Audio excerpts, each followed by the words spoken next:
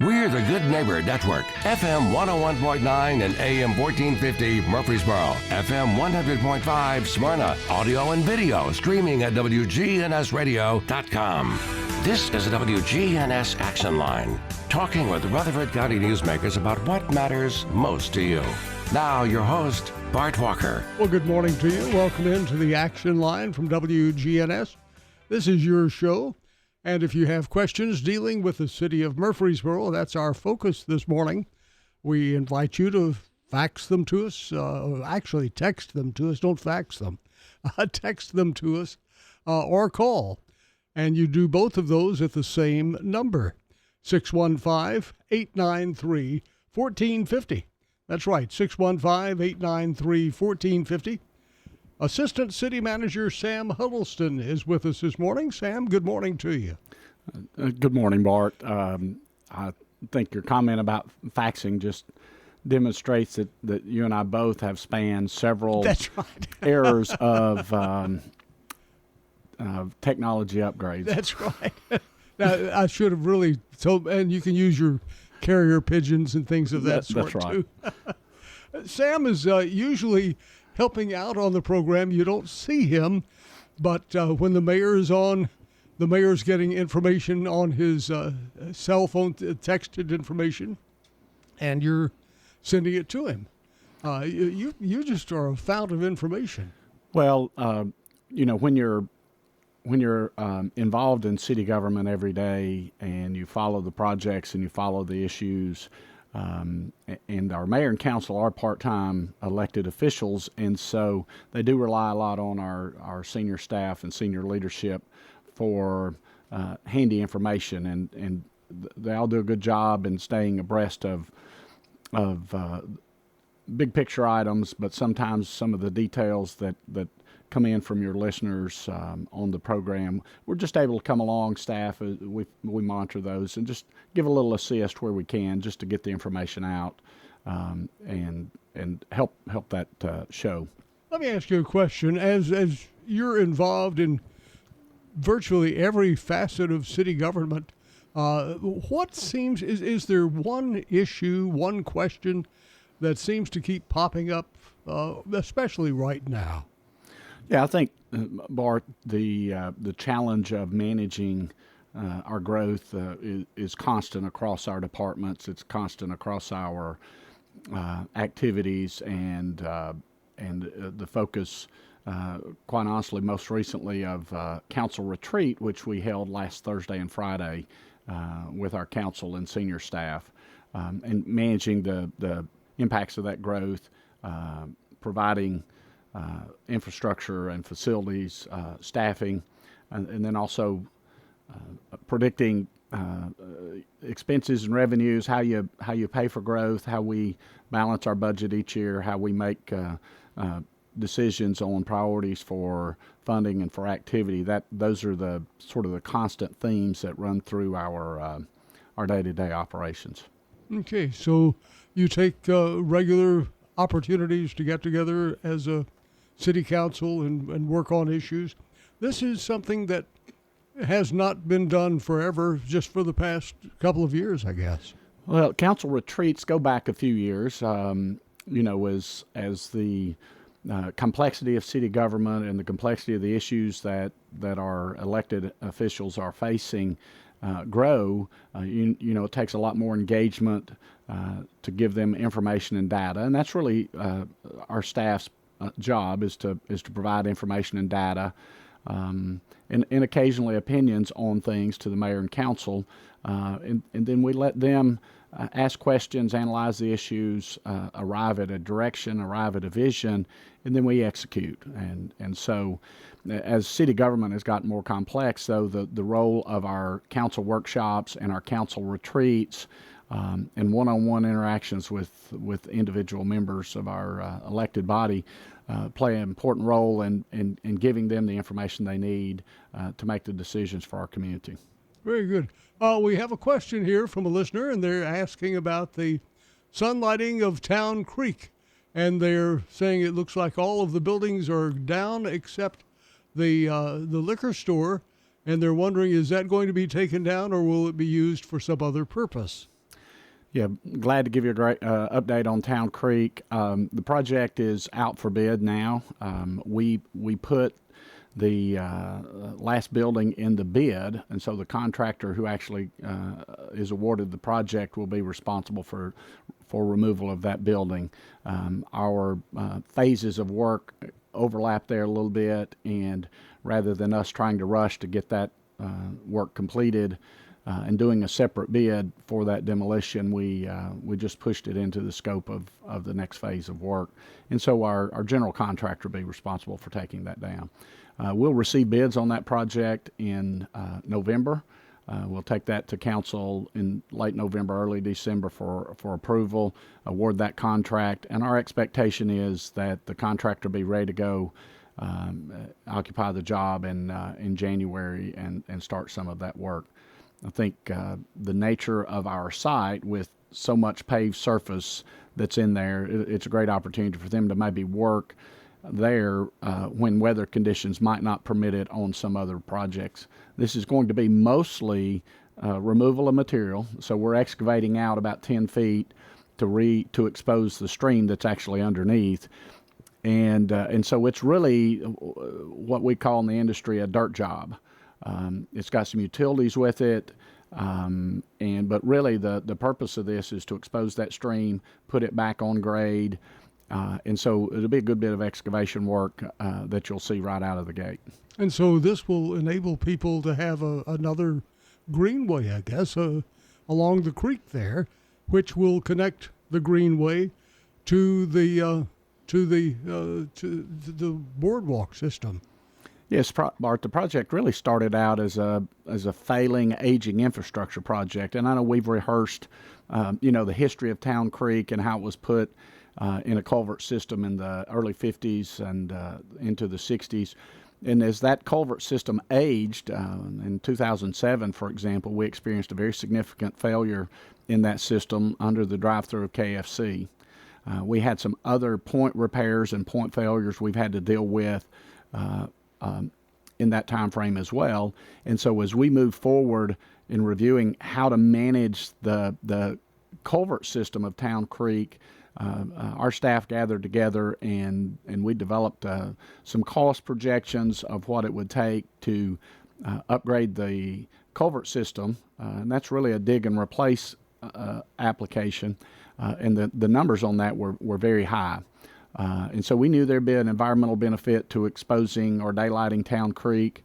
And so we talked about the idea of do we just reestablish that stream system through our downtown, recreate in this case it would be an urban stream section, use that opportunity to create some additional green space.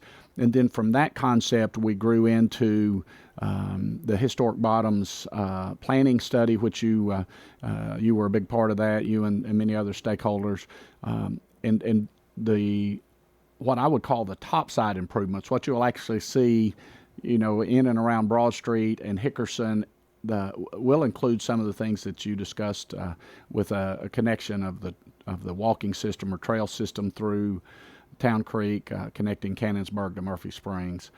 It also gives us an opportunity to create some additional green space in our downtown. The Lytle Creek Greenway, Cannonsburg, great examples of that. As we look over at Murphy Springs and what we did there in partnership with the Discovery Center, a great green space, open space there. Daylighting Town Creek gives us another opportunity to do that. And as our residential population increases in downtown, those are going to tend to be smaller residential units, maybe multi-story. And so we see Town Creek as really their backyard. It's the place where folks will be able to go for a bike ride or a morning jog. That's a routine that many people have. Maybe go for a walk just in the morning with a cup of coffee. We also know that from some of our research that pets are a big part of people's lives today, and not that they haven't always been, but pets in an urban setting, especially dogs in an urban setting, you need some green space there for those pets. One project we checked with in Franklin, reported that 60% of their owners had dogs, and so that was a big part of their programming. And so I think it gives an opportunity for folks who are looking to move into that downtown, more urban setting. It gives them some green space that would not otherwise be available to them. Now, one of the big conversations in that meeting, the public meeting dealing with the bottoms, the historic bottoms, was to possibly put in some venues that would create musical attractions, have little shows along the way, some more restaurants in the area to attract people. I guess sort of like some of the things you see in Nashville. Are those still on the drawing board, or have they just sort of faded away? No, they're still on the drawing board. I think the out of that bottoms planning study, there were three big ideas that squarely fell into the city government's responsibility. One of those was daylighting Town Creek. One of those was a pedestrian bridge over Broad Street connecting the bottoms to the downtown, and one of those was significant traffic improvements on Broad Street, Broad and Front and Vine, Broad and Church.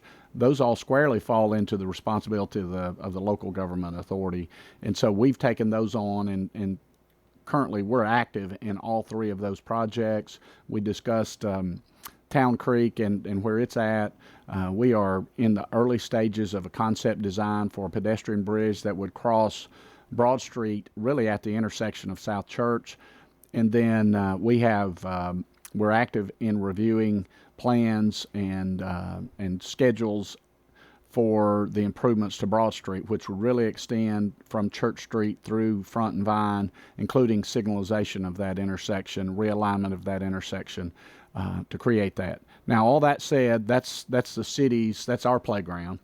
The other ideas that came out of that, there were 10. 7 of those really fall into the place of private development, private property, folks with a vision, folks with an entrepreneurial spirit, with ideas on how to implement that and manage those venues. And so we're going to try to provide the canvas for that, but we really need the private side to come along and take what we've done on Town Creek, what we envision with the Keystone Project, and then on the bottom side of that, find an opportunity to put in food services, entertainment venue, other activities, maybe smaller boutique hotels or some type of smaller housing units, and fill in the balance of that vision that was painted in the Historic Bottoms Plan. Now, for the entrepreneurs listening in, they may not have been at that meeting.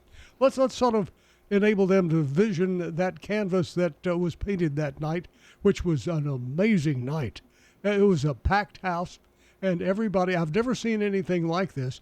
They were all thinking about the same thing. I mean, it was not this group wanting that and that group.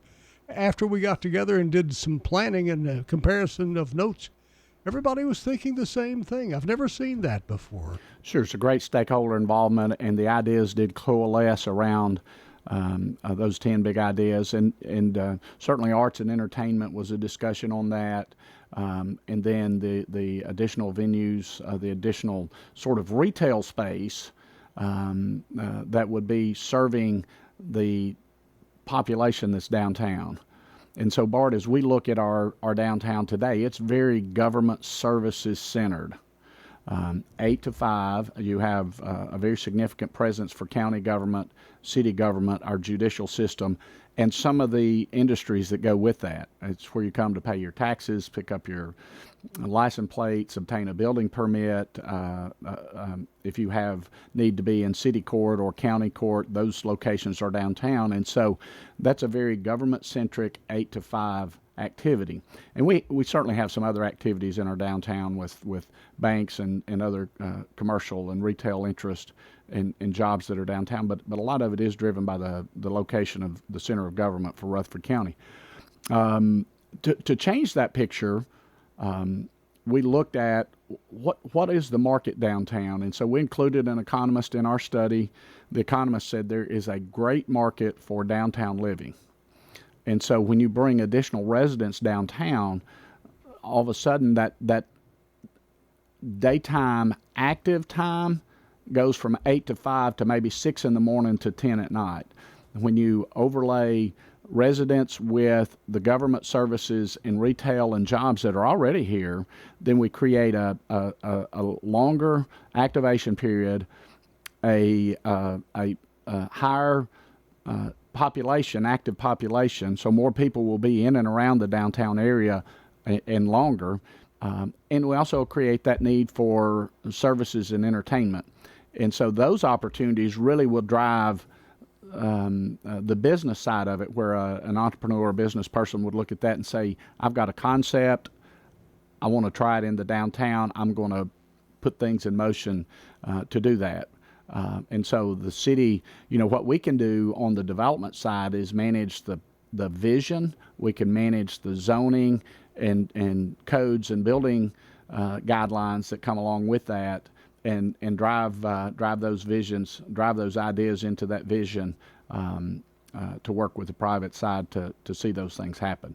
But really, that's going to follow the activation of the space, the rooftops, and so something like Project Keystone, where you increase your daytime residential use, really will be key.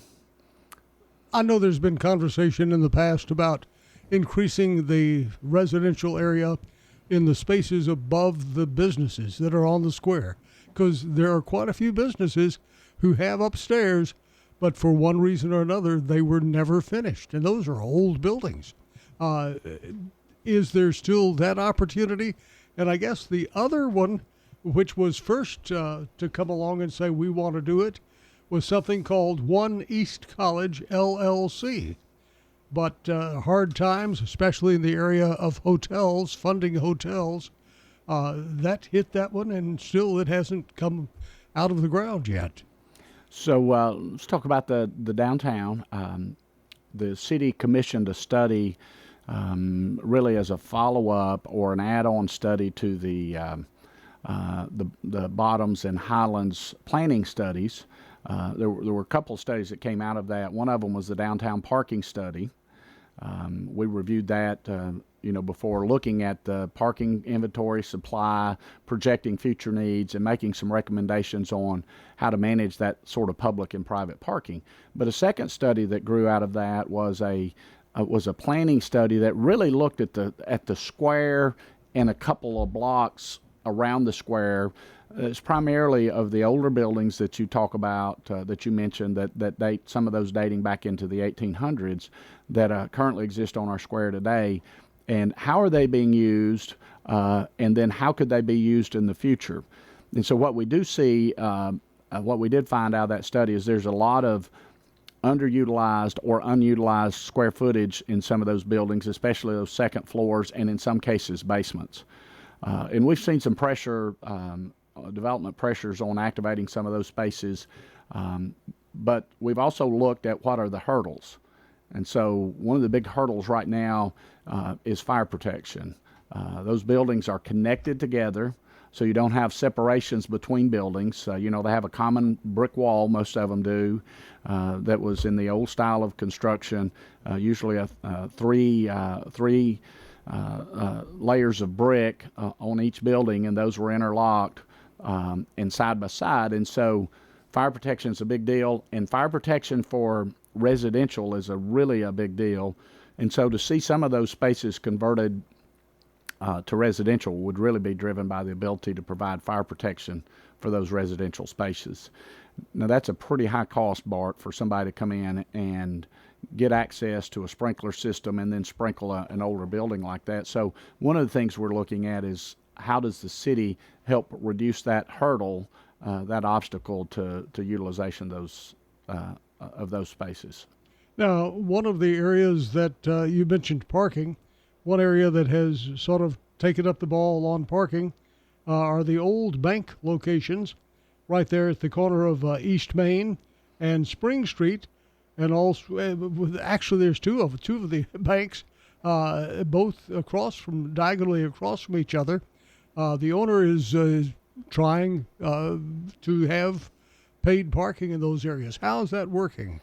Well, I don't know how his business plan is working, but I think what we did see out of our downtown parking study is that paid parking is a likelihood in the future as the demand for parking grows and the supply can't grow, or it can't grow as fast, then we will see some pressures on that downtown parking. It's one of the reasons we wanted to do the study, is to project where those needs are, how the city may play a role in that, how the county may play a role in providing, enhancing that public parking. But we do see a day when we think that there be a need to charge. Now, there's already private paid parking downtown. There's a couple of lots that are leased, if you will, that you can actually reserve your parking space through those private property owners. And then the two bank buildings you talked about, those are in different ownership now, and that owner has paid parking available. He has reserved parking available, but he has paid parking available that would operate more like sort of on-call parking. Hey, I need a parking space, so I'll park here. I'll pay to park. I'm just in the area for a couple hours, versus someone who may reserve a spot because they're here every day, a downtown business owner who might need several spots for their business. That's a different parking need than somebody who occasionally visits the downtown. And really, both of the needs need to be satisfied. Now, with some of these new areas where the Methodist Church used to be, that project will eventually move forward with something. In fact, the city has moved in and said, we need the space. If they're not going to do it, we need it for city offices. Is that correct? Did you've filed a letter with the developer? We've asked, yes, we contacted the developer of One East College and started conversations about how that project, where it is, and how the city is interested in picking that property back up. So we started those conversations. It involves a lot of legal and financial issues to work through, but we're continuing to have those conversations with that group, and hopefully we'll get to a good resolution. The mayor and council asked at a previous council meeting that we look into that and pursue getting that back with the vision of using that space for government services, parking, and perhaps office space to help manage some of those needs in the downtown area. So those are areas that are being worked on. There were also conversations, and in fact, I think he even submitted a bid for one of the banks to be redone into a whole different area where they had some living area as well as business areas. And that has that ever even gotten to the point of being considered by the chamber? Did he ever go that far in his plans on that? Really just a lot of conceptual work and market analysis. There's some wisdom in understanding if your plan will succeed financially before you move into it. I think there's some Bible that backs that up. But the owner of the bank properties is doing that due diligence now, trying to see what the costs are to convert those to different uses, and what the market is to support that. And certainly, we think there's an opportunity to repurpose those areas, but managing that market and the financing part of it is going to be the magic that makes it work. And that's true for One East College. That was true for the two banks that we talked about. That's true for Project Keystone. At the end of the day, the dollars have to work. The market has to be there. We can't create a market out of thin air, but we can take advantage of the market that is there. And I want to refer back to the economics market analysis that we did with the bottoms at Highland, emphasizing that residential was a big need out of that market analysis. Tell you what, let's pause for just a moment. When we come back, we will look closely at that bottoms, the historic bottoms, because there were, I believe, also conversations about building some multi-level residential along with retail and business areas. never have heard any more about that. We'll find out why. Stay with us. The Wake Up Crew, weekday mornings, 6 to 7:50. WGNS, your good neighbor station. Rutherford County's place to talk. This is Peter Demas, and our family is inviting your family to come eat with us at Demas's restaurant. We started doing a limited time only menu, so once a month we add new menu items to it for 1 month only. We're bringing back an old item that we used to have that we don't have anymore. So for example, we brought back clam sauce spaghetti this month. Last month we had Greek spaghetti. And again, that'll change. Now that you've heard about the changes that we're making at Demas's, you need to check it out, so come on over right now. Demas's Restaurant on Northwest Broad Street.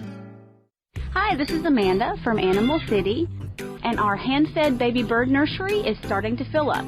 If you are looking for your next sweet feathered companion, come in and see us. Find your next pre-loved, pre-spoiled pet here at Animal City. Be sure to check out our downstairs level. Here at Animal City, we would like to thank Murfreesboro for letting us be your family-owned and operated pet store for 33 years. Animal City is located at 919 Northwest Broad Street. Do you ever wonder why big financial institutions offer you hundreds of dollars to open an account? Have you ever looked through the pages of fine print to see the fees and conditions? You won't find complicated sales pitches at Heritage South Community Credit Union. We are different. We help when others won't. It's what our members tell us we do every day. If you're tired of the hassle, it's time to try a local community credit union. Visit heritagesouth.org to learn more or open an account today. Insured by NCUA.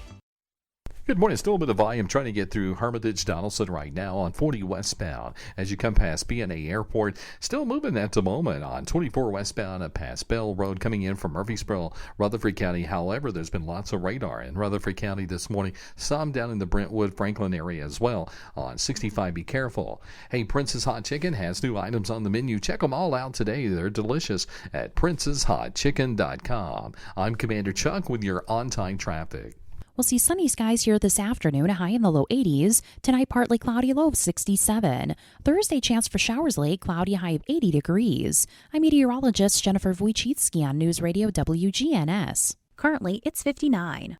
Hey folks, it's Mike Sparks, 49th District House member. Running for re-election, would ask for your support. The issues Mike's championed include the First and Second Amendment tax cut bills, passing legislation to improve mental health, the Safe Storage of Firearms Act, plus he sponsored affordable housing legislation that passed this year. Mike Sparks has been outspoken on Jefferson Pike for 20 years, which led to the $70 million widening project that's almost complete.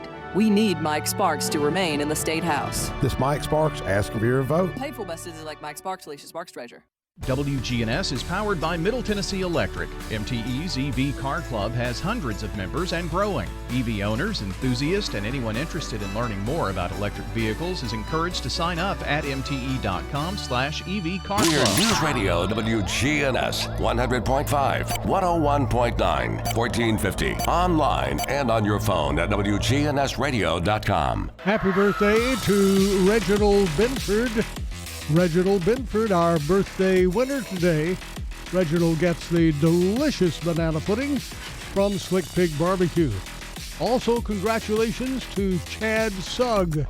Chad is our good neighbor of the day. The person who nominated Chad said he always gives wonderful advice to the customers and just a very caring person. Chad Sugg receives flowers from Jenny Harrison and the whole family over there at Ryan Flowers Coffee and Gifts, 117 South Academy Street.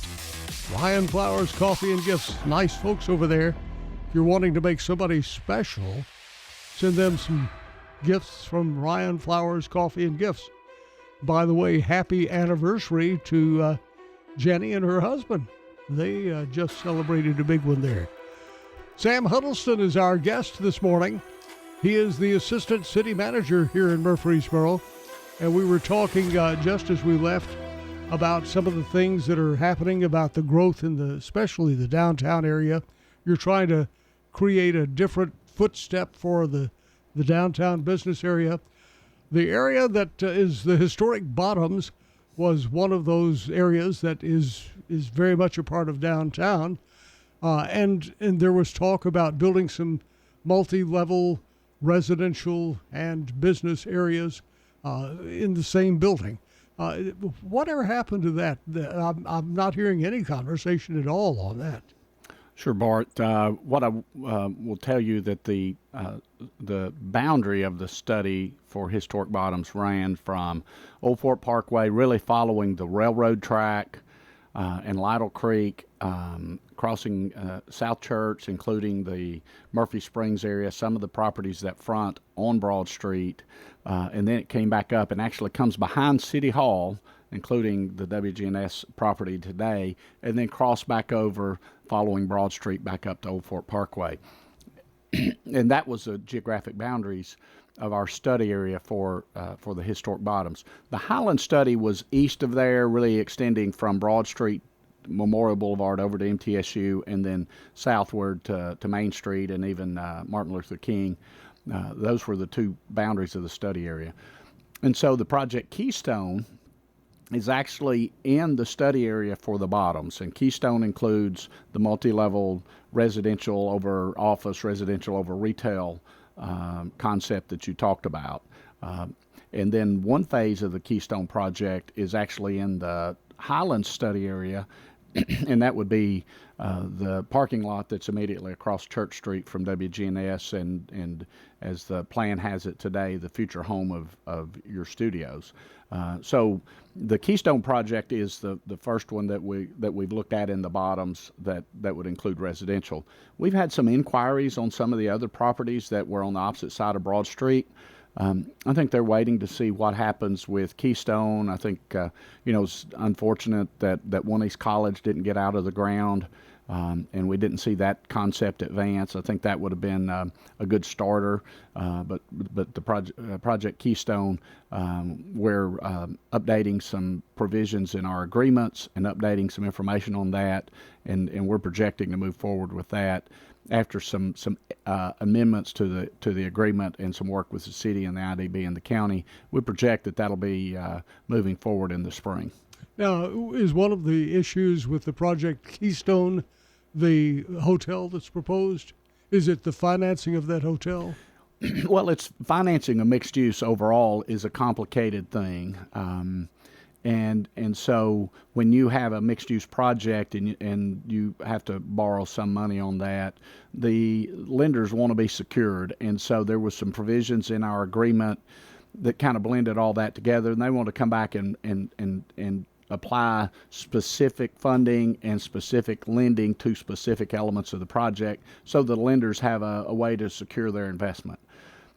And so in doing that, the hotel was identified as one of those things because it was tied in with all of the other elements, was going to be harder to finance and harder to encourage someone to participate in that. And so we decided, the city and the development team decided to pull that out. It's one of the amendments we have to make, to pull that out of a portion of the agreement.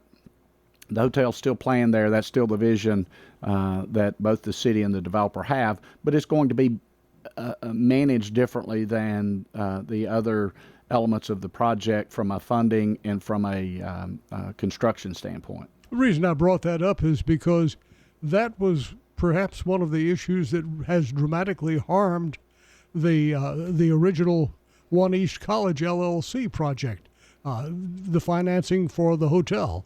And then I think each of the other proposals that have been made, all three of them, have had hotels of some size in those projects.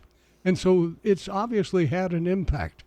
And the interesting thing is just about a month ago, Middle Tennessee State University says, we're going to do something to help our tourism students.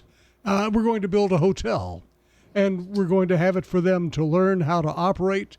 But they're wanting to build it over on campus. It looks like everybody could win if they would build it downtown. Well, it's certainly, we think that the market is there for both some hospitality in and around campus. That's been a topic of discussion for 15, 20 years with the city and MTSU.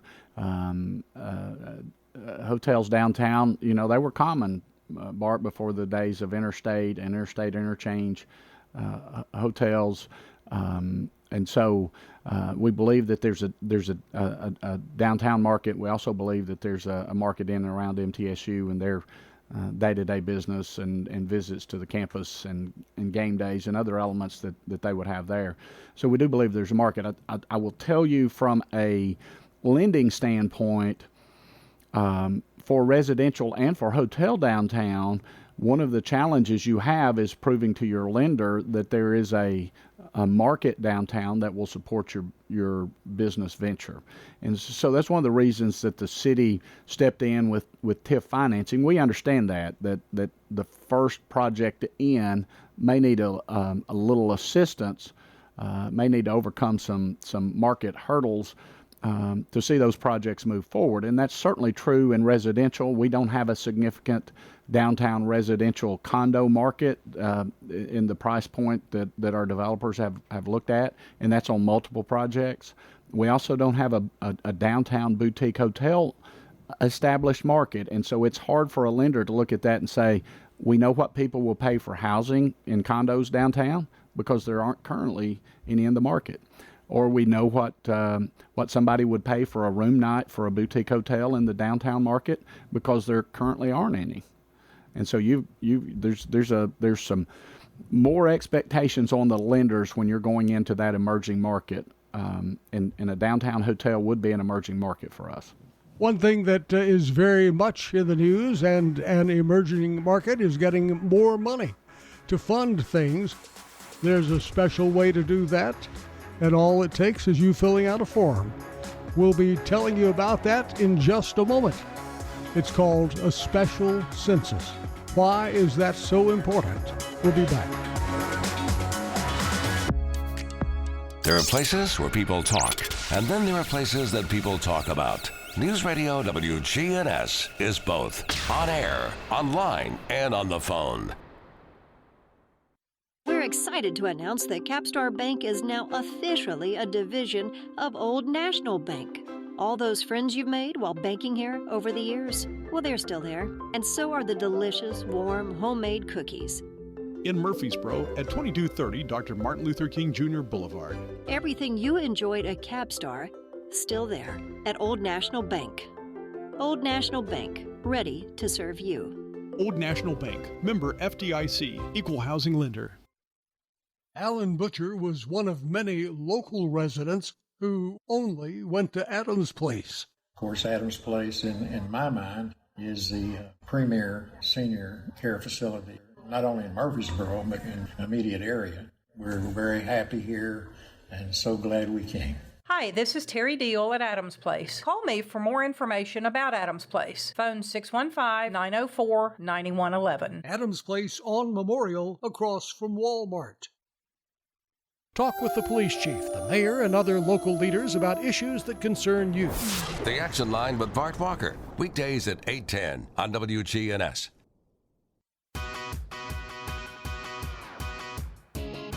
Welcome back. Assistant City Manager Sam Huddleston is with us, and we're talking now about the special census. It seems like we talk about the special census quite a bit. The one, you finish one and then it's time to start another. Why is a special census so important? Well, Bart, the state of Tennessee shares revenue with cities and counties based on population. And in their wisdom, the state determined that they needed certified, reliable population estimates.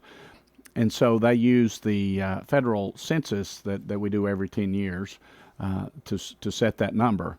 In communities that have a significant change in population, fast growing or annex residents into their community, the state of Tennessee has given us the opportunity to conduct up to 4 special censuses in that 10-year period in between the federal updates. And so for fast growing communities, the state will revise their shared revenues based on that updated population. We receive $175 per year per person on our certified population. The last population that we had, last certified number, is 152,769 people. So since the 2020 census, we've been paid in state shared revenues by the state of Tennessee based on that number. Quick math, that's about $27 million per year.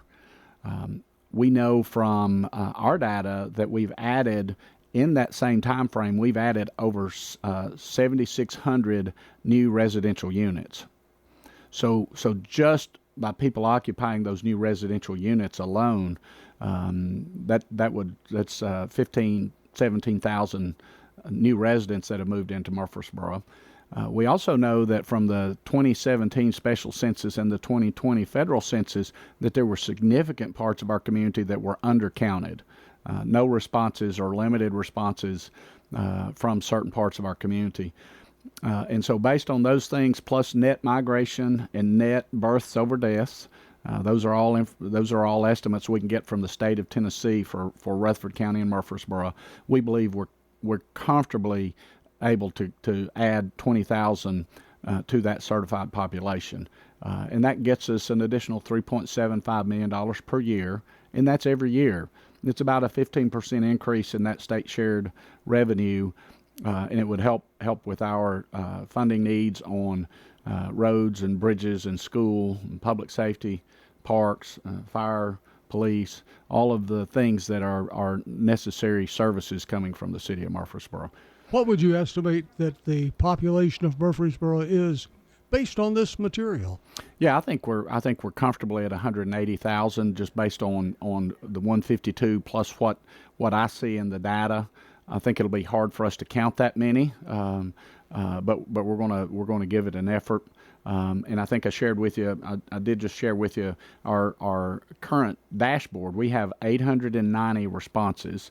That's totaling about 2,400 individuals. So that number really needs to get up closer to 60,000 responses. We estimate that we have 74,000 residential addresses in the city of Murfreesboro. And doing the math on that, we know that on the average, we have about 2.3 individuals per household. And so when you work that math out, we're comfortably in the 160,000, 170,000 range just based on that information alone. And so what I would encourage our residents to do, if you live in the city of Murfreesboro, go to murfreesborocensus.com. It takes you about 2 minutes. It'll ask you for your street address. It'll ask you for how many people live in your home, and then it'll ask you for the first and last name of each individual that lives in that home. There's some one follow-up question that it will ask you on how did you learn about the census. Answer that question, click submit, and your information will be automatically updated into our database. Be sure and put radio. Be sure and put radio. If you're listening this morning, click WGNS. Click that you heard it through WGNS. But that's the easiest way to do it. Now, we're doing some other outreaches. We're having people available at some of the public events. We were at some of the activities on the square this weekend. We were on the MTSU campus a few days ago. We'll be back on campus. We'll be working with some of our community partners, civic organizations, churches, other stakeholder groups. We'll be sending out mailers. BARDA, with 74,000 individual residential addresses and about $2 per mailer, one mailing cost us about, just for the mail materials, cost us $150,000. Now, what is causing some people to not want to fill this out, to remain anonymous? How can we make them feel comfortable and sort of calm their fears? Well, I think most civically minded people are comfortable in filling it out. I think part of our challenge for those folks is just letting them know. And so you'll see ads running, you'll see things on social media. WGNS will be a partner with us in that. We'll have out yard signs. We'll be present at events. If you interact with a city employee, we've asked our city employees to be ambassadors for us and reach out to the citizens that interact with them on a daily basis, building permit, stopping by to pay your taxes, other interactions, visiting a park site. We're asking our staff to do that. But I also think that there's a segment of our population who maybe don't understand the significance of having an updated population for the city. Maybe they don't understand the importance of a special census. And so there's also an educational element for that. And I do know that some of our interactions with some younger people, when we ask them to fill out the census, oh, no, I'm okay, I don't need to do that. But we do need them to do that. And so part of our challenge is going to be reaching out into those demographics and convincing them of the importance to the city to take about 2 minutes to fill that out. Social media will be a big part of that. A lot of people get their news and get their information from their electronic devices. And so you'll be seeing some action, some efforts from the city in that area, including maybe some educational information that'll target specifically maybe our college and 20s and folks in their 30s, just to let them know what the special census does for the city of Murfreesboro. So fill that out. And again, what is the web address people go to? Murfreesborocensus.com. And Bart, we will only use the information submitted for the purpose of the special census. We won't share that with any other agencies. We won't share that with marketing folks. We won't put you on a mailing list or anything like that. This is just, we're limited to only use this by the state rules, to only use the data we collect for this purpose, the special census only. And so your information will be secure, it'll be safe. We won't be sharing that with other groups and sharing your private information with other individuals. Murfreesborocensus.com. That's correct. Okay, one thing, we're almost out of time, but it's about time to pay those city taxes, isn't it? It is. City taxes are due and payable December 31st of this year.